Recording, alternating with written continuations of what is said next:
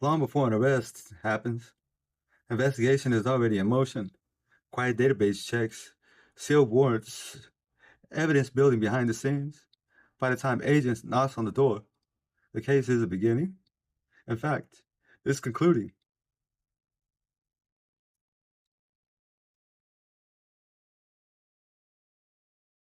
Federal investigations typically involve surveillance, monitoring, and evidence gathering, but they follow strict statutory and constitutional procedures.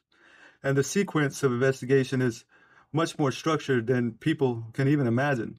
So the federal criminal investigations, the real institutional sequence is the first is the trigger. This is where the federal investigation usually begins because of a referral from a local agency or a tip from a witness or an informant, a suspicious financial activity, and a pattern of detection by an agency's internal systems.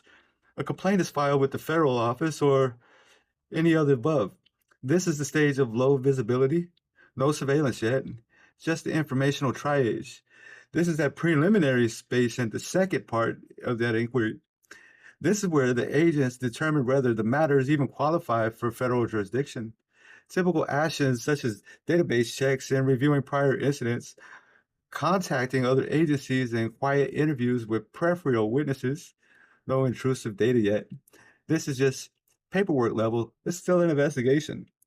So the third part of the formal case opening is where an agency decides the matter, whether if it's legitimate or if they even have a legal grounds or a formal room for filing even a legitimate complaint.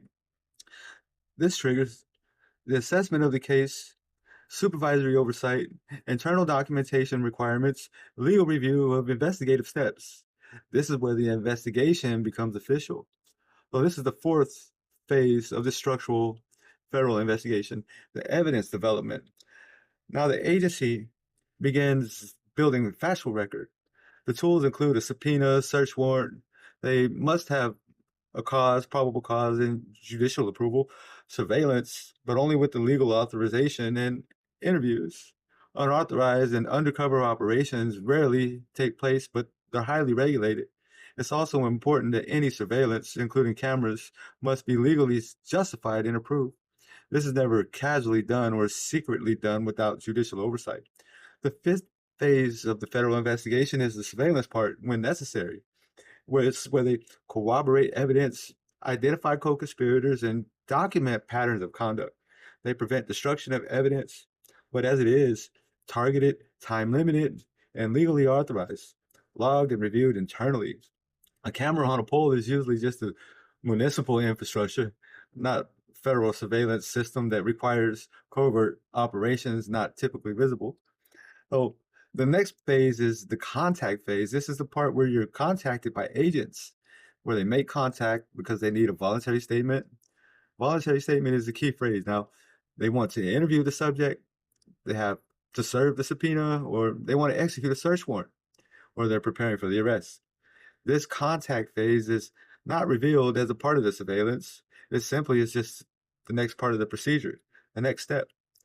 So now the next step, you have the charging decision where the agency does not typically arrest you immediately after the surveillance is concluded.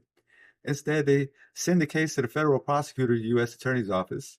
They review the evidence, determine the charges, and draft a complaint or indictment. They present that to a magistrate or a grand jury. And only after this does an arrest become an option. Now, the arresting phase is where the arrest actually occurs. A complaint is filed and a warrant is issued. An indictment is returned. There is risk of flight and or destruction of evidence hearing, and the arrests are also planned, documented, coordinated, and executed with clear precision and legal authority. There is no they let you find out about this escalating surveillance issue. So long before an arrest even happens, the investigation is already in motion. The quiet database checks and the sealed warrants and the evidence building behind the scenes. By the time the agents knock on your door, the case isn't beginning. In fact, it's concluding.